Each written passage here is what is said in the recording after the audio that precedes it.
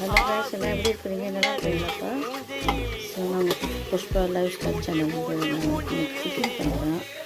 இந்த பாரு, இஞ்சி பூண்டு தக்காளி வெங்காயம் பூண்டு பச்சை மிளகாய் போட்டு அரைச்சி இந்த பாரு நல்லா பேஸ்ட் பண்ணி வதங்குது வதங்கி பாருங்க.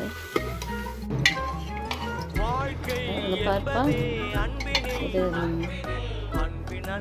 கறிக்குழம்பு ரெடி ஆகிடுச்சு.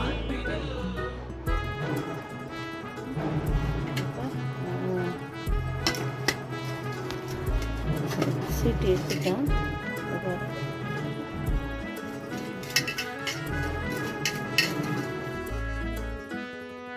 நேரம் போகவில்லை போகவில்லை போகவில்லை பங்கா